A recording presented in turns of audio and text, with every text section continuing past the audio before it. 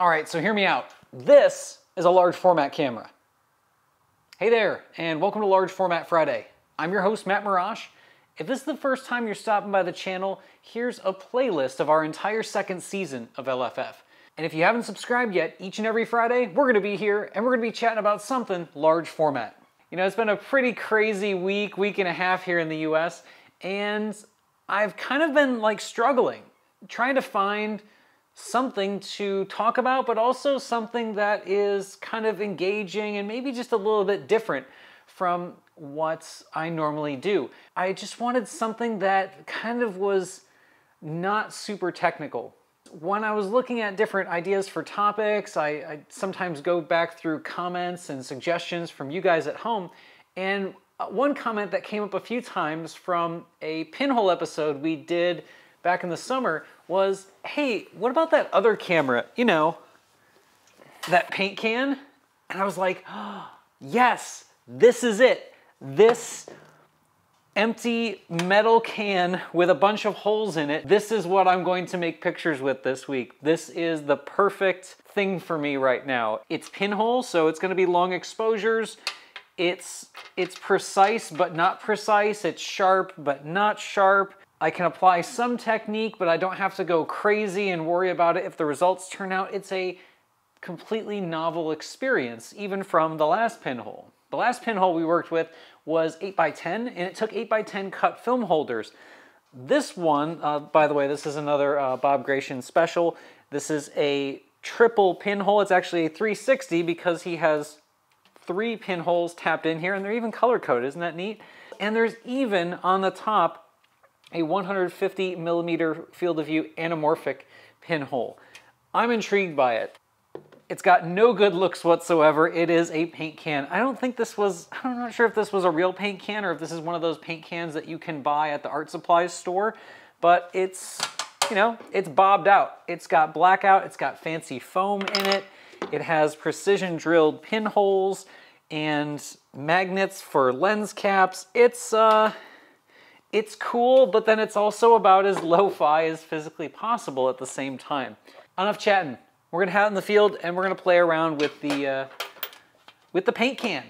So my first inclination with this crazy paint can camera was to load up some paper all the way throughout. So this pinhole actually has 4 pinholes on it. It has 3 on the sides and it has 1 on the top. And it has spaces cut out to hold 5x6 inch cut sheets, but there's no dividers between the 5x6s. So what I just did is I took some 8x10 paper and slid it in half to kind of a 4x10, and then with that 4x10 sheet, I laid them across this way, and then used the top, my 150 millimeter anamorphic pinhole, to get kind of a neat exposure. Next up, I'm gonna need to calculate what my exposure is gonna need to be. So this is a 150 millimeter focal length equivalent, and then it has an f-stop of 370. So I'm gonna base it off f370. And as for my speed, since I'm using black and white photographic paper, I'm gonna rate that at ISO 8. I found that works really well for paper negatives and the process I've done in other episodes. And find where I need to be at f370. This is gonna be very, very interesting. So I've been poking around with my meter and I have determined that my exposure is about 2 seconds at f64. And when I plug in that 2 seconds at f64 to Mr. Pinhole's conversion chart, that gives me a little over 1.5 minutes for my total exposure time. I'm just gonna round up to 2 minutes and do our first exposure. All right, 2 minutes, let's go.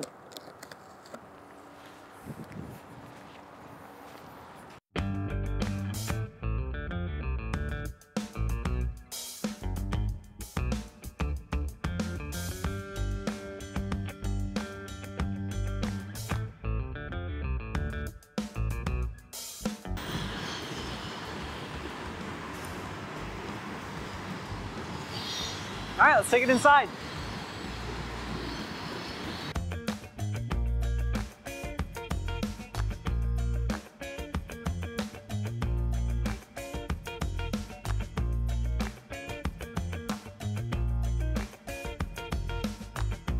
Okay, first shot's done. Let's unload the camera.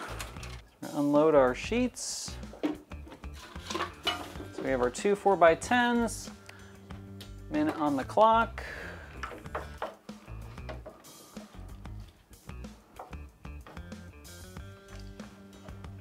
Oh boy. Oh boy.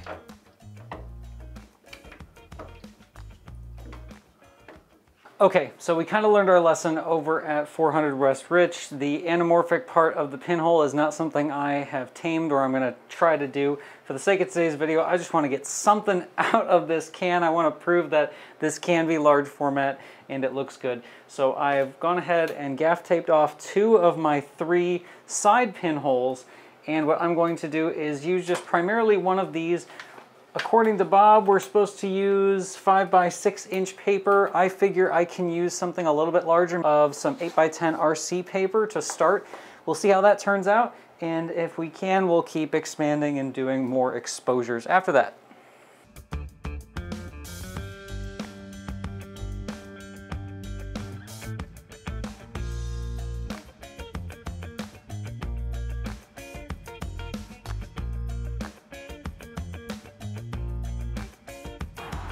All right, round 2 of pinhole. Let's get this guy attached. Let's aim our pinhole in the general direction we would like to shoot. All right, we're stable, and we got 2 minutes of exposure. Oh. There we go.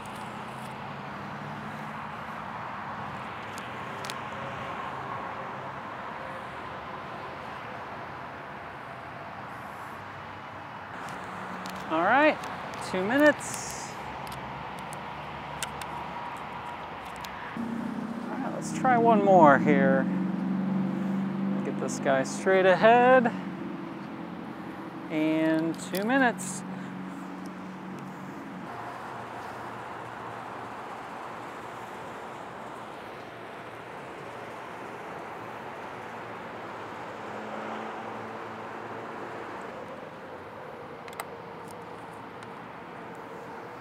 All right, good news. We're finally starting to get somewhere with these prints.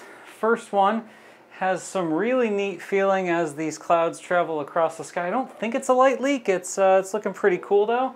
And then our second shot, we were aiming the other side of the building facing north, and we were getting a little bit more of a subtle grade because it is later in the day.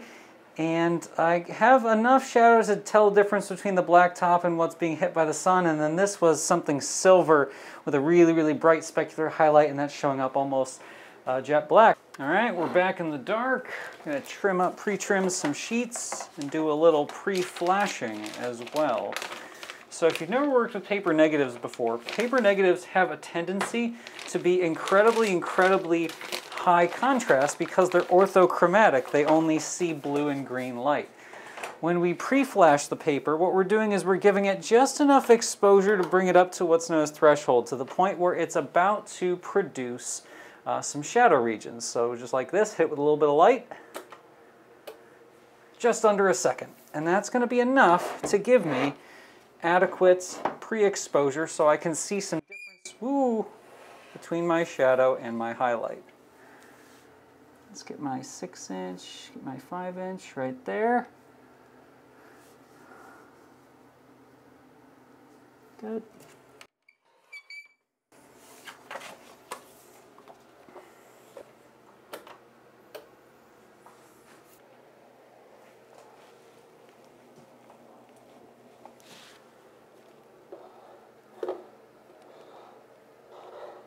All right, so into the first day. What am I thinking so far about the Bob camera here? Well, I really couldn't get that anamorphic pinhole to work out the way I wanted it to. I was kind of disappointed with that. Maybe I need to work around with it a little bit more, do some more research on that type of pinhole. I might even have been positioning the paper in the wrong place, but I didn't want to waste too much time with that because I wanted to see if I could get some usable results. I have a feeling that if I just use the individual pinholes for the 360 or even trying the 360 itself should be pretty cool. You know, one thing I did notice about this pinhole, the pacing, the fact that you have to light proof it, load your paper in, close it, and then take your exposure, then bring the whole thing back into the darkroom, that slows the pace down way, way, way far. Almost, I would say almost as slow, if not a little bit slower than working in ultra large format if you have only one holder, or maybe you can only do one shot at a time. So the pacing is definitely thrown off a little bit from what I might be used to using cut sheets in holders where I can just shoot and shoot and shoot and then come back to the darkroom. So I think the one thing that's really gonna hamper my ability to kind of go out and take pictures with this is my processing space. I don't have a portable darkroom space, but I do have a couple I can work with. So I may be going to and from places that are relatively close to where I can process. Otherwise, there's a huge lag time between when I take one picture or one 360 and come back and process it. We'll see how it goes. All right, so it's the next morning and I'm setting the Pinhole up this time because I want to try and do a 360. It claims to be a 360 Pinhole, and it's a pretty wide field of view, but there are a couple of blind spots in there. So what I want to do is I want to level this thing out. Make sure my bubble level looks good. And I want to position this so I'm getting pretty good coverage. I want to have a field of view this way, a field of view this way, and a field of view straight behind me, so maybe I can get some of the streaks of the traffic coming through. So this should be pretty interesting. I think I'm gonna have it like this. Yeah, that looks pretty good. We're gonna meter it out and then we're going to take our shot. It's pretty early in the morning, so I'm just assuming it's gonna be like a 10-15 minute exposure, but let's see where it's at. Okay. Well, that's promising.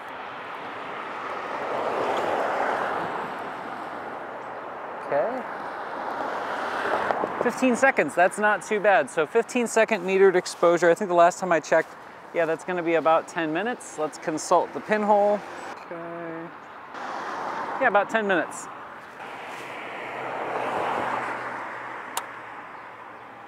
Front, side, and the other side.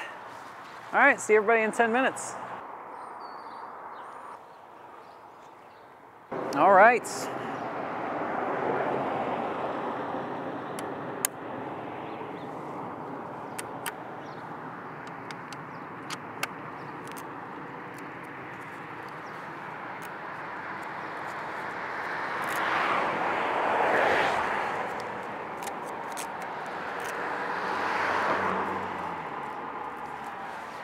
All right, we're set up here just off the tracks a little bit. I went back to a 5x8 piece to see if I could get a little more pano action. If this works out, I might go back to the 360. It was a pretty neat result, but we'll see how this looks. So we're gonna go another 5.5 minutes.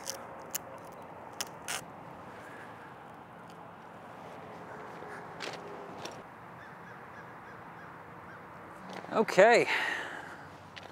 Let's close this one up.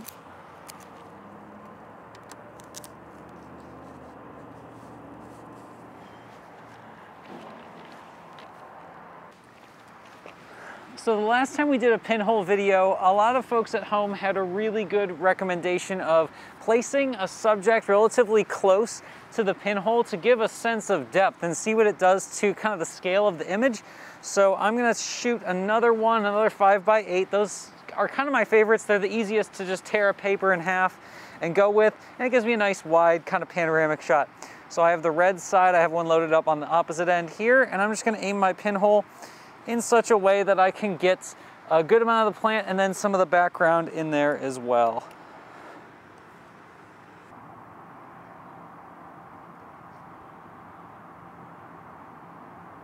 All right, let's close this one up. Take a look at what we got. Let's see if we can get a nice shot looking up at the tree here. There's some pretty neat foliage. Let's see what we can see.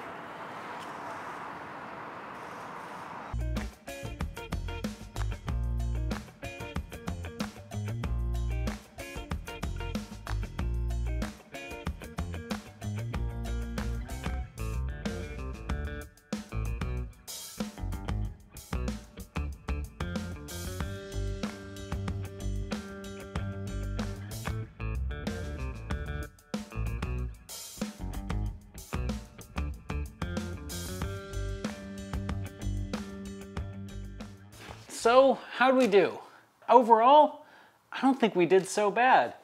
You know, for something that's indistinguishable from what I would see in my recycling, it's a pretty cool little camera. As always with Bob's cameras, there's lots of attention to detail, and I'm really glad that he put in the labor hours in finding the holes and the right field of view that doesn't give you too much crossover. It's a really, really neat camera. I enjoyed what I got out of it. I'm also really glad that I used paper negatives just so I could kind of get that almost instant feedback of how my negatives looked.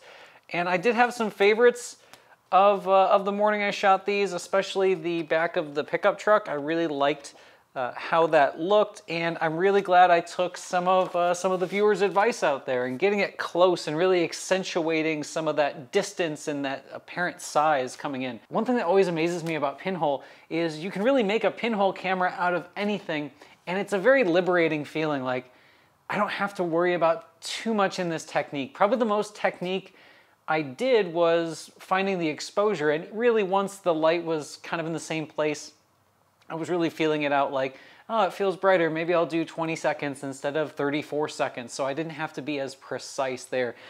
There are some parts of the camera which are precision, but at the end of the day, my goal was to make pictures with a camera that didn't take itself too seriously, because I think we really do build up a lot in the large format experience that, oh, everything has to be super high resolution and super precise. Nah, man, sometimes you just gotta go out, load it up with some paper, and have fun.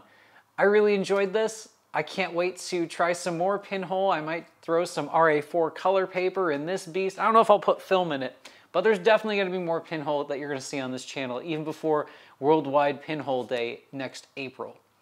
If you have any questions about working with large format Pinhole, you can always feel free to shoot me an email, largeformatquestions@gmail.com. This is the final day. If you are watching this and it is still not yet midnight of November the 13th, 2020, that's Eastern Standard Time, 9 p.m. Pacific, you can still go to mattmarrash.com and sign up for our very first giveaway. One lucky winner is going to get the Intrepid 4x5 starter kit. Details are at mattmarrash.com where you can sign up. Good luck to the folks that have entered. If you're watching this in the future and you've already missed out on this, you should probably head over to that page on the website anyway, because there'll be something there for you too. So thanks again for stopping by, and we'll catch you next week for more Large Format Friday.